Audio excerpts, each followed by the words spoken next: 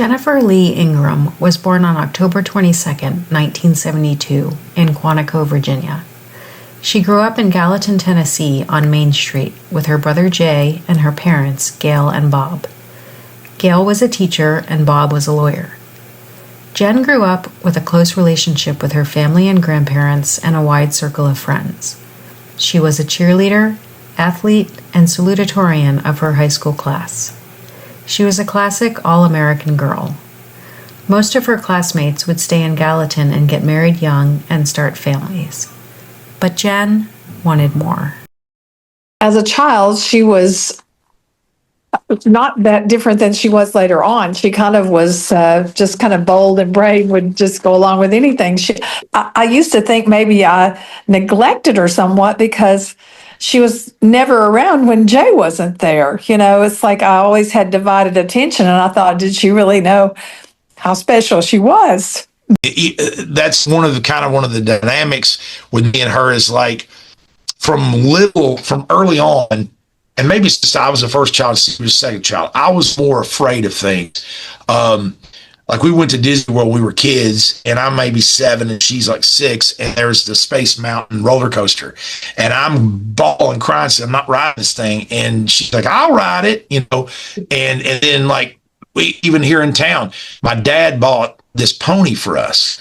And I don't know where he got it. I think off like a ranch in Montana. It had never even been ridden before. It was like a wild bucking bronco.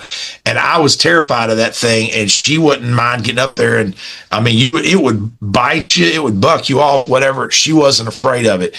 And her perspective and mine were a little bit different. When I graduated high school, I didn't want to go far off. I was going to go to Tennessee. That's where my friends were going. She was like, I've got a broader perspective. I want to look all over the place. But I think, you know, she loved Tennessee, you know, from afar, the University of Tennessee and what I had going on. And then I love what she had going on at UVA.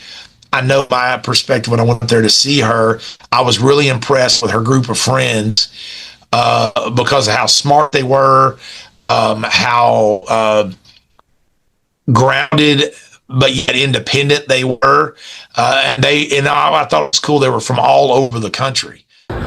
So Rigel, Yes.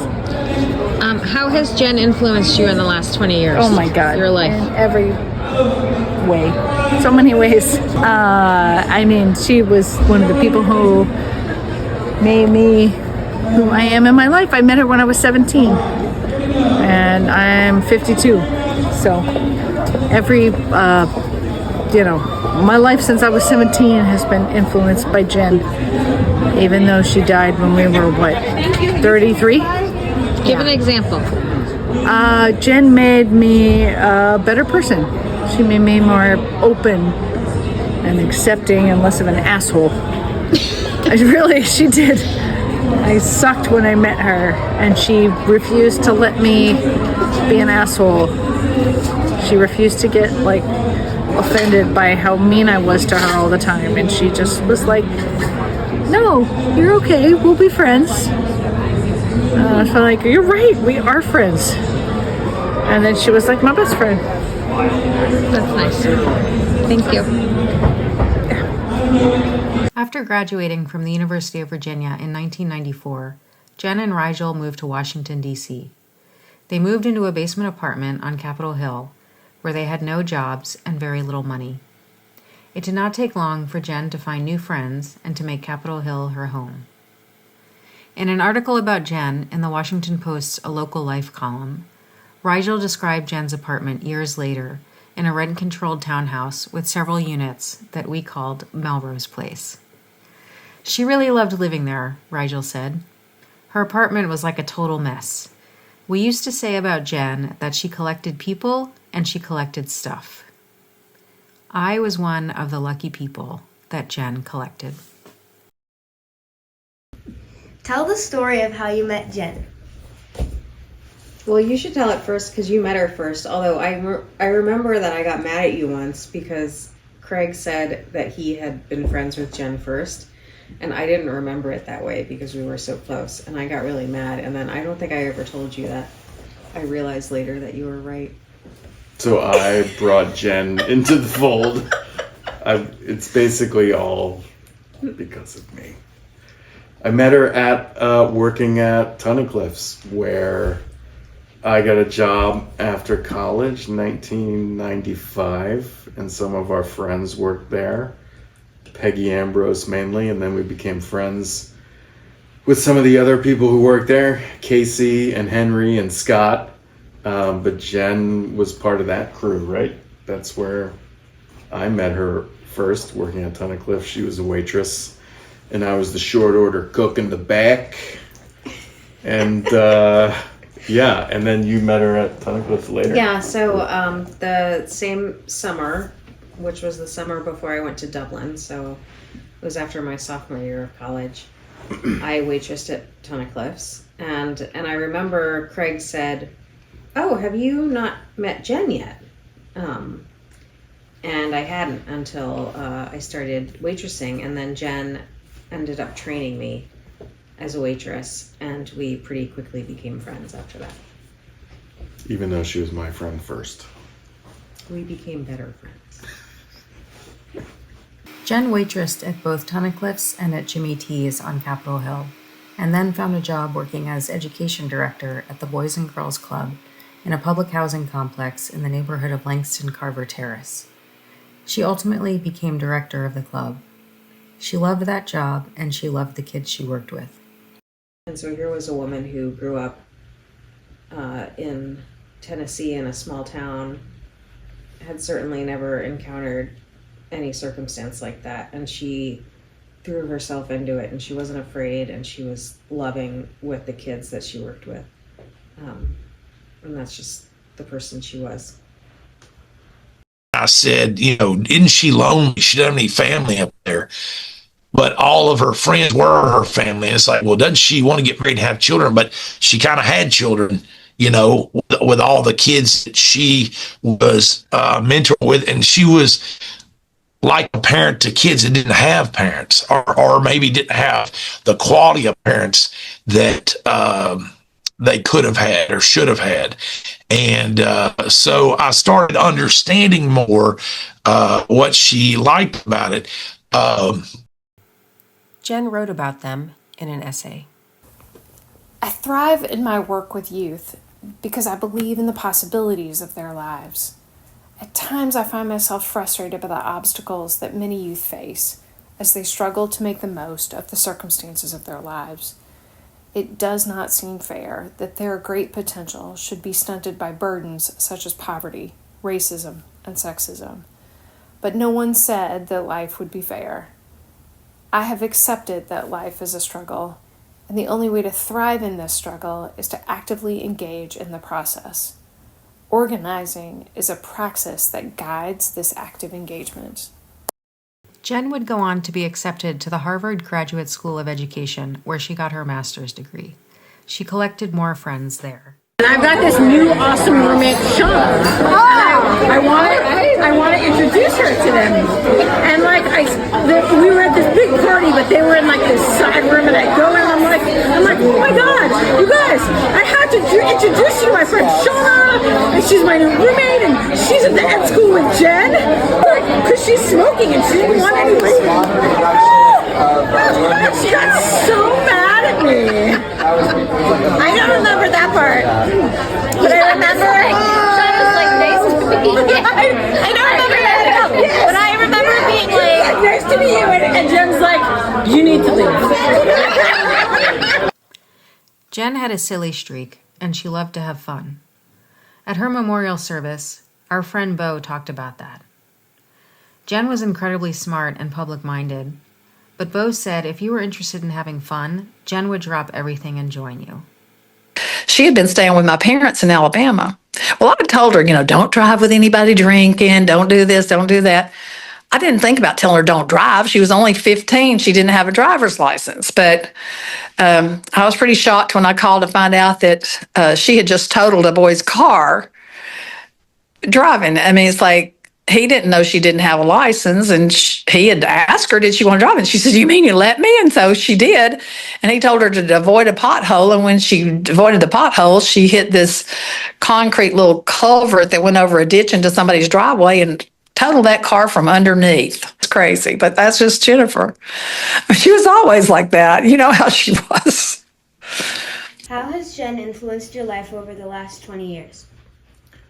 For me, I mean, whenever I think about Jen, it's the ability to laugh often, and I think that that's something I've carried with me from her. I remember she had this joke. I don't know if I've even ever told Craig this, but Craig, as you can see, is a very attractive man, and I grew up most of my life with my friends having a crush on him. And Let's see what they think about this white Jen- beard now, though. it's a silver fox. And so once Jen said, you know, if Craig and I ever had an affair, we would call it the love that dare not speak its name. Did you know that? Yeah. She told me that too.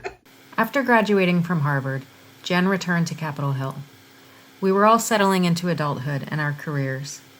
Without families of our own yet, our friendships with each other deepened. We were in our late 20s and early 30s and figuring everything out, starting relationships, ending relationships, finding jobs we loved, finding jobs we hated, but we had each other. Again, from the local life column. Quote, if there was anything Jen was religious about, it might have been Sex in the City, said Rigel, smiling as she recalled her friend. Every Sunday night, we all got together at Jen's apartment religiously to watch Sex in the City. She taped every episode. The article goes on to say, maybe Ingrum felt a certain affinity for HBO's Fab Four, since she, too, was a young, attractive single woman making her way in the big city. But the affinity was only skin deep. A teacher at John Philip Sousa Middle School in Anacostia, there was nothing shallow, nothing frivolous about Ingrum, except for the fun and silliness she shared with her family and friends in her beloved Capitol Hill neighborhood. But she's up there in DC, and I remember she used to try to get me to come up there, and I was like, man, are you crazy? I mean, it's like the murder capital of America. At one time it was. And of course you had like the mayor was smoking crack, and it was just like a rough type of a area. And I just couldn't understand what she liked about it. And I said, there couldn't be anything further from Gallatin and the hometown feel, and I'm saying all this without without knowing anything about it. And I sort of, if you want to see us, you got to come home on the holidays. You got to come to Gallatin, and you can come to Tennessee and see me. I started and I saw the good people and the strong women she was surrounded by. She used to always talk about, y'all getting together to watch Sex in the City, which I can tell you, I've never watched an episode of Sex in the City. And to me, that's not appealing at all to watch that show. My wife watches some now, and I'm like, why are y'all watching this? But the parts that I see, I tell you, it reminds me a lot of her and all of her friends. And I know that y'all would kind of cut up about that. And, I'm this character and you're that character, that sort of thing. But let me tell you this, the women that I met that my sister were friends with were way smarter women and way stronger women and way better people than I think those characters on Sex and the City. I'll just say that.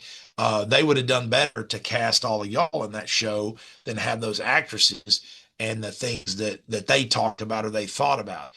Jen Ingrum, holy moly. I will never forget being in a car with, I think, you, Amy, Jen, maybe Shelley, I don't know, a couple of people. And it was early on a Friday evening as Jen and I hung our heads outside of the car windows and said, our progeny will not define us. It is something I've taken to heart by not having progeny. And Jen didn't have progeny either. How about that? She would have if she could have, and I would have let them define her and me. What a badass, right? Yeah, she was a total badass. Jen wasn't satisfied with one graduate degree, so she applied for the DC Teaching Fellows program at George Washington University and was accepted. While attending classes at night, she taught children with emotional and behavioral disorders in a self-contained classroom at Sousa Middle School during the day. I remember when Jen was sick before she died, we asked her if the year of her diagnosis was the most challenging year of her life. She said no. Again from the article.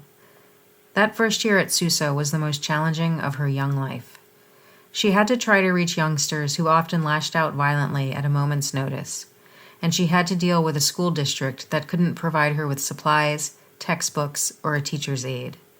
Jen wrote about this before she died.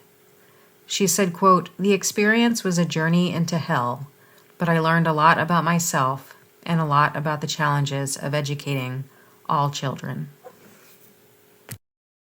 And my dad kind of wanted to be an attorney like he was and like I ended up being, and or a doctor or something. And she ends up working with at-risk youth in DC there, and of course, she ended up going to Harvard and getting a master's, and then she got another master's at George Washington. And then with all that education, my parents were even more frustrated. I think my dad more so, and my grandparents. It's like, you just want to be a teacher with all this education? You can do anything you want to do. Chandler, tell me, in the last 20 years, how has Jen influenced your life? She influenced me to be a better person, to help young people, and get involved with stuff that nobody else wants to do, and stir the pot a little so that the truth comes out. Oh, very That's good. what she taught me. Yes, very nice. Thank you. I don't know. I think about her all the time. Like I said, I still have the picture of her on my refrigerator. And sometimes I honestly think, well, what would Jen do? And I often think I see her walking down the road. I think of her a lot.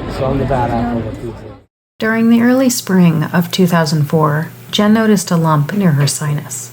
She worried that it was related to a rare congenital condition she was born with, blue nevus moles on her scalp, that in rare cases could turn into melanoma. After months of doctor's appointments and tests, we learned that Jen had a spot on her liver. Shortly after that, she received her diagnosis, stage 4 melanoma. In 2004, that diagnosis meant you only had a 3% chance of survival after 5 years. When her doctor told her this, Jen said, "Well, I've been in the top 3% of everything I've ever done." What was it like when Jen got her diagnosis? Well, obviously it was horrible. I was 29 at the time, and I just remember having this overwhelming feeling that for the first time in my life, everything would not be okay. And that was a shock, because I knew from the beginning that she was unlikely to survive. And I felt not well equipped to handle that fact. And I just kept saying to people, are her parents coming? Her parents should come. Because I just didn't feel prepared to handle it. Jen's family did come to visit, and her mother Gail, who had recently retired, stayed for longer stretches. While the rest of us reeled over Jen's diagnosis and treatment, Jen was contemplative. One day, she found an email that our friend Jen Tobin had written to someone else, saying that Jen had written to her, quote, "sounding way too happy. It seems like the news just keeps getting worse and worse. Treatments seem really ineffective and horrible while going through them. What a fucking nightmare." Well, because I wrote, "This sucks." Right, and she started writing because she's like, no, it doesn't suck. They were talking about Steve living with Jen. Yeah, she was like, yeah. remember there was some guy living with him? I was like, oh my God, that was Jen's friend. Steve. That's right. And he was stuck there. And that was the email she read. Yeah. Cancer is absolutely not a happy thing.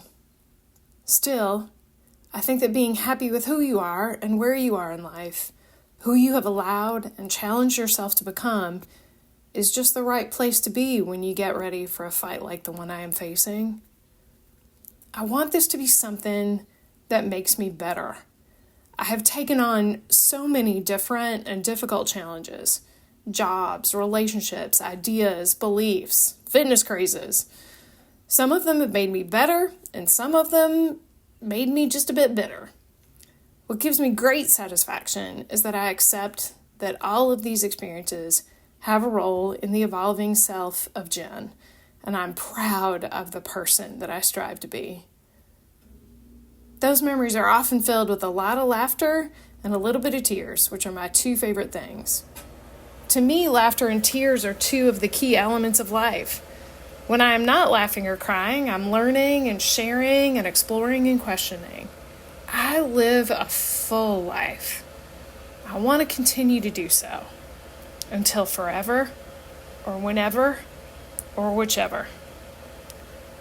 This is no fucking nightmare. This is my fucking life. I want to make the best of it. So how has Jen influenced you over the last 20 years?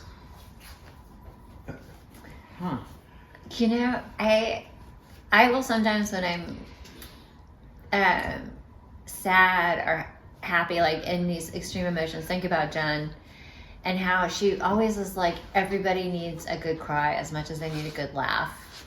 And it's made me, I feel like I was not super emotional growing up. And it has made me like embrace that, because after kids, I feel like I'm much more emotional and I love it. And I always think of her, and we were talking about what she wrote, and I still hear her voice in my head a lot of times. Like, I always think, what would Jen do in this situation? I feel like I often am like, what would Jen do for sure? And I think it is part of what makes this also hard. We were talking yesterday, like, she didn't need to learn a lesson like of how to love life before you die. Like, she already knew that stuff. She didn't need to learn a lesson about how to be kind or giving. Like, she was the best of all of us. So it's a little bit like, oh, come on, man. Like, really, she was the one that was okay. You know, she didn't need a big moral lesson or wake-up call. A nurse practitioner named Jan, who was part of Jen's treatment team in Pittsburgh, always talked to Jen and us during her treatment sessions, like we were preparing to enter a boxing ring. So we called her Jan the Bulldog. Jen referenced Jan in an essay called The Big Bout. Using the boxing analogy that was presented by Jan the Bulldog, one could say that my fight with cancer is bringing those two great competitors into the ring. Tonight, ladies and gentlemen, is the big bout. It's living versus dying, the match of the millennium. Who will be the big winner? So what is the big finale? Is it TKO? Death has a perfect record. He has never lost by TKO in any of his career fights. In the end, I think it's not about the outcome. It's about how many rounds we will go in this fight. I don't think the rounds are measured in days, hours, minutes, even years. Every moment that I stop to embrace the things that excite me, terrify me, enrich me, or inspire me, I feel like I'm truly living. Life, if we are really living it, should be like this. As the months passed by, we adjusted to the routine of Jen's treatments, taking turns taking her to appointments, helping her grade her students' homework while she was still teaching, and anything else that needed to be done. As time went on, the thing Jen wanted more than anything was for her life to go back to normal. She wanted her pre-cancer life back. But in late January of 2005, her doctors told her that there was nothing more that could be done to stop the spread of the cancer. That I had told her, that the doctor said he only thought she had weeks to live. And she said, why didn't he tell me? He had let her make all her decisions. And I said, well, I said, when he told me you were in there getting chemo and maybe he thought I would know how to tell you. I said, I don't know if I know how to tell you. And she said, well, you did fine, Mom. But she said, but she says, she said, I have no regrets. I wish it could have been longer. I don't want my grandparents to have to bury me. And I don't want Ben to forget me. But she says, I never really thought I'd live to be old. And I mean, she'd never said anything like that before. I have also been struggling with the non-choices in my life, the changes in my lifestyle, the constant struggle to be in communication, the inability to control my life. Sometimes I feel I don't have a chance to stop and examine the big decisions because I'm so overburdened with the additional responsibilities that I did not choose. The vitamins, the extra sleep, the phone calls, the diet, the doctor's appointments. I don't want to complain, but damn, I could use a little break from it all. Can't I have a glass of wine with dinner or a candy treat during a movie without feeling like I'm risking my life? In an email to Anne on March 3rd, 2005, I wrote, I went over to Jen's house last night and she seemed good. She looks the same except her face is a little thinner. Her spirits were strong though. She and Gail have had difficult conversations lately. Jen wants Gail to go home for a few weeks to give her space, and Gail has been refusing. But now she is considering it. It's been interesting to hang out with you these last few days as a parent and just see how you definitely influenced her. Like, would I have let my kid run around Europe like that? And I said something to Billy, and I hope I would. I really hope I would, because I think it's what you need to do. You want your kids to be independent. But I see how hard it is, and that you let her stay here when she wanted to stay here. Yeah. Now I'm like, what would Gail do? I want to do that stuff because it's not, I just see a lot of her in you that I don't think I recognized before this weekend. Yeah. So I'm so glad you came. I'm so glad that Well, I was so fortunate to get to know all of you, and even though it was a bad reason I was having to stay up here so long, because I knew why she wanted to stay here. Mm-hmm. And once she's gone, I'm so glad I let her do what she wanted to do, because you can't control it. No. I worry about Jennifer Kate and all this sugar business. No, I can't. But you have to let them live their life. Yeah, it's true. It all would have played out differently if you had made her come home to Tennessee. Like, we wouldn't have, there is some I mean, we sat at the couch right in front of that window when we were listening to Nora Jones with Connie, and she said, Dad thinks I should come home. But she says, my life is here. My friends are here. If I leave, I'm giving up hope. And she never really did. She thought she was coming back that last day. She did. Chemo on Wednesday. That's what she kept saying. I feel so fortunate that my family encouraged the free spirit and independence that drives me. I could not do what I do, go where I go, dream what I dream, were it not for the unfaltering love and support of my family. I do want to say thank you to all of her friends who loved her when we weren't there. Whether we were wrapped up in our own lives or whatever was going on, or we just couldn't be there. I appreciate y'all for loving her. And, I don't think that people come to your lives by accident.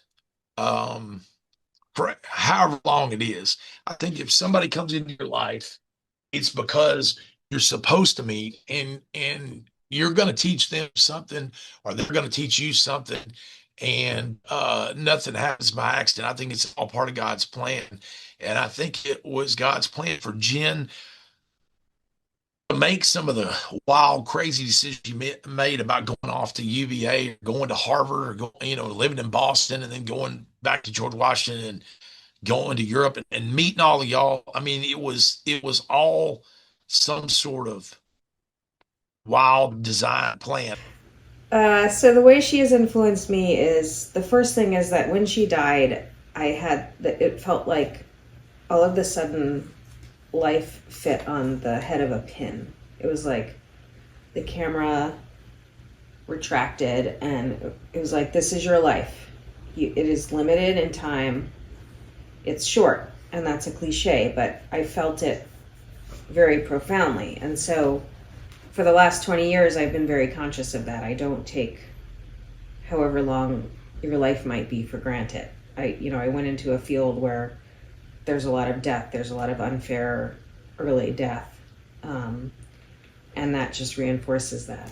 I've heard a lot of our friends, when they're asked this question, say really important things that, like, I live life to the fullest, or I'm a better person, I'm kinder to people. And I wish that was the case. I think it is, maybe, but maybe the bigger impact for me is treating people who are sick with compassion, and also the people around them,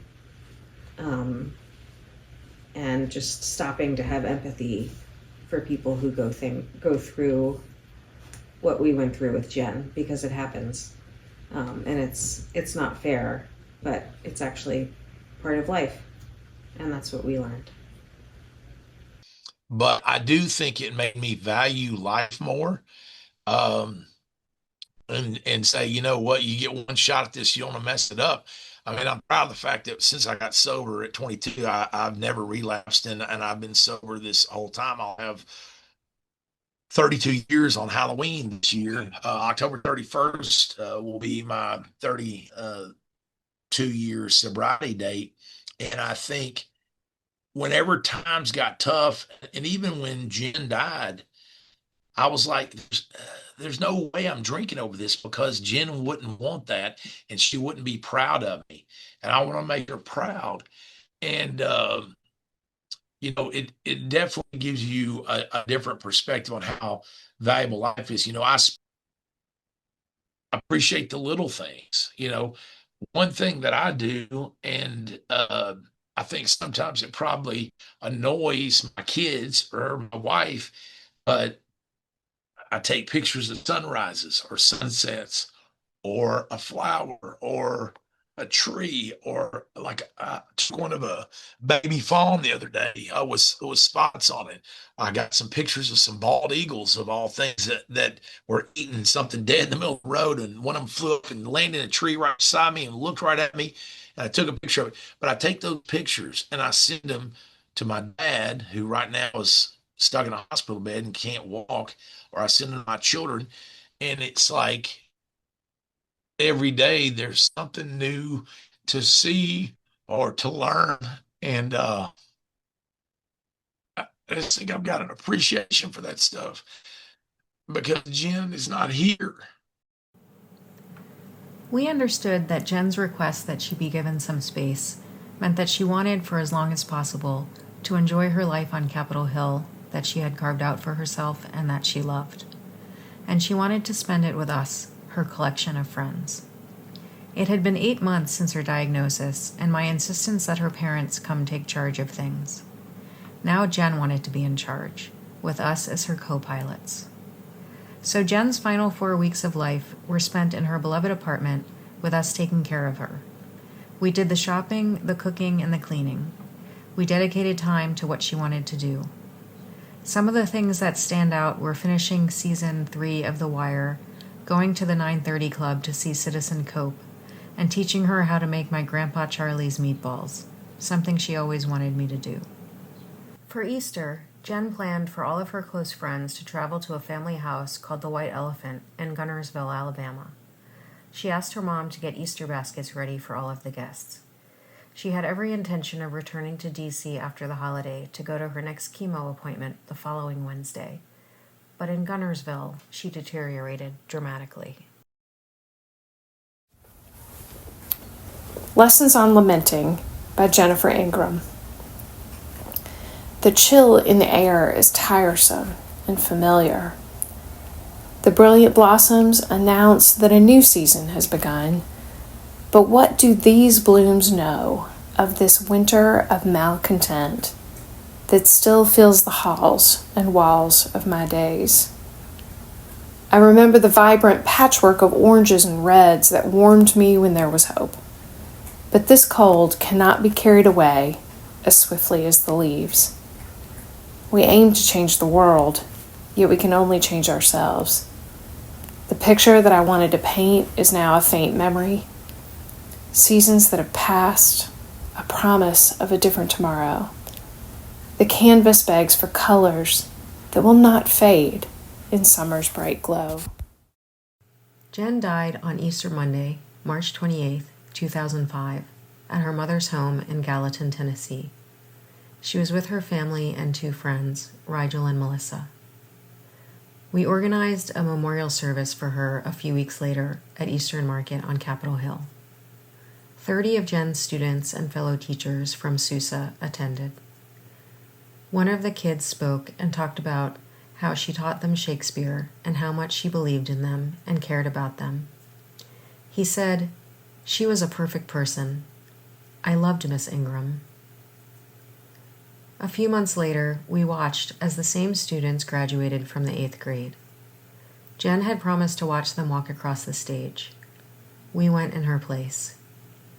Gail wrote every student a letter telling them how much Jen wanted to be there and what she would say if she was. She included some of Jen's writing from before she was sick. Roads diverging in a wood.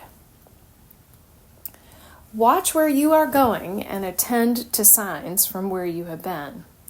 When 2 roads diverge in a wood, don't sit down and moan that you had hoped you would already be at your destination after such a long, strange trip. It has been a long, strange trip, and you have occasionally tripped along the strange, long road. Maybe that's what you get for taking the weed-infested path, cuts and bruises from so many tumbles down the hole to Wonderland. But try to look more carefully, more forgivingly, at all your discoveries and adventures. There is no turning back. Accept these experiences as chinks in your armor and feathers in your cap.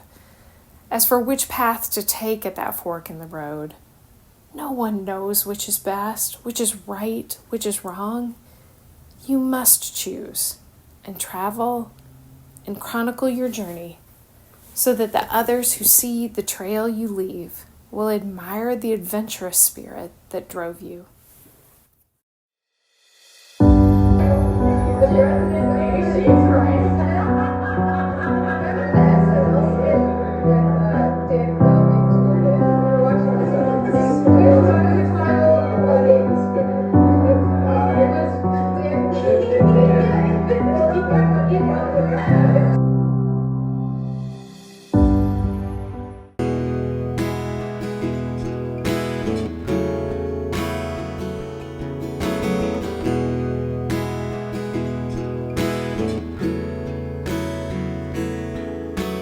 Across the evening sky, all the birds are leaving.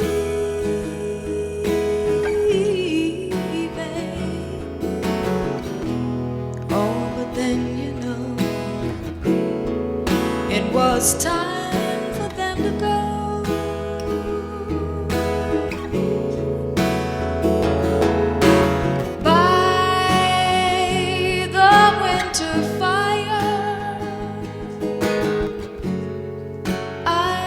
Still be dreaming.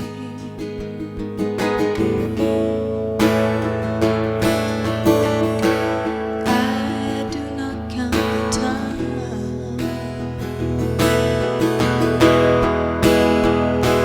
for who knows where the time goes.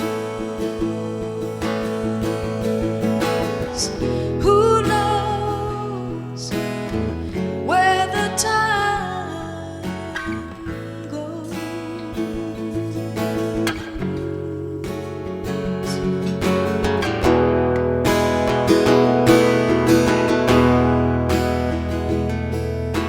Sand is little shore. Your fickle friends are leaving.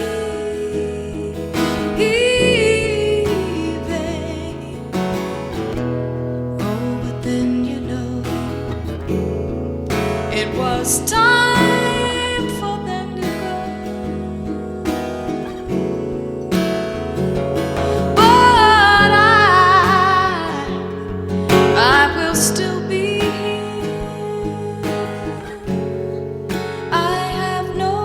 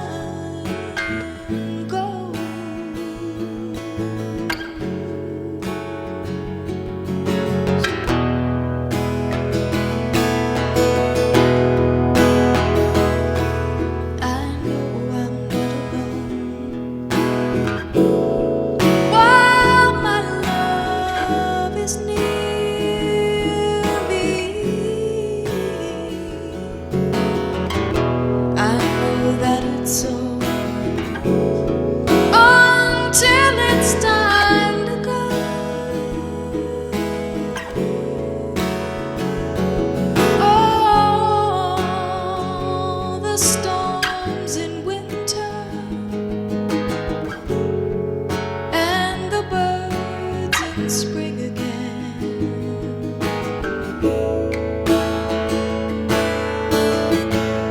I do not count the time,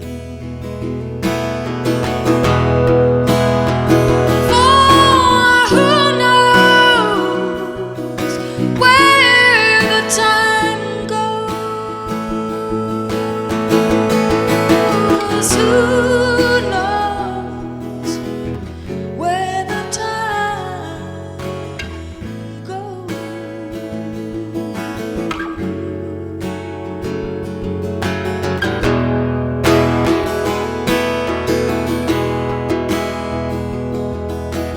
Who knows where the time goes?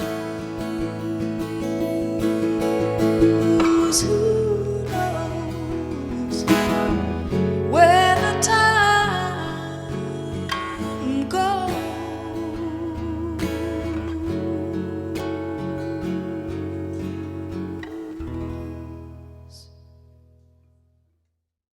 Bye-bye. Well, take care. Love you. Love you too. Bye-bye. Bye.